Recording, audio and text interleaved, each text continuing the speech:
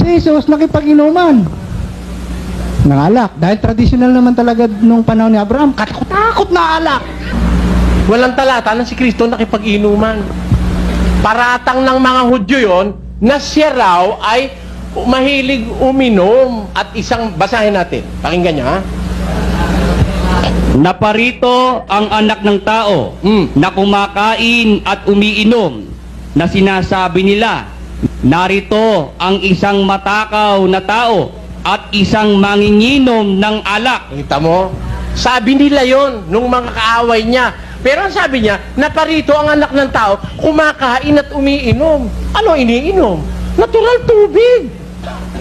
Siyempre, pag kumakain ka, sino naman ang kumakain ng iniinom ay alak? Pag alak, namumulutan lang, hindi kumakain. Pero pag kumakain ka, ang kasunod ng tubig. Sabi ng mga taong naninira sa kanya, ito ikaw, manginginom. Lasenggo, ibig sabihin. Tanong ko, si Kristo ba umiinom ng alak na nakakalaseng? Ha? Umiinom ba siya ng alak nakakalaseng? Masama, madidispresyo naman yung kinikilala kong Panginoon. Hindi ako papayag nun. Si San Juan, ang sabi sa hula, magiging dakila siya sa paningin ng Panginoon at hindi siya iinom ng alak ni ng matapang na inumin. Si San Juan, ano? Sino ba ang mas dakila? Si Juan o si Kristo? Mas dakila si Kristo kung si Juan, para maging dakila, hindi iinom ng alak, si Kristo.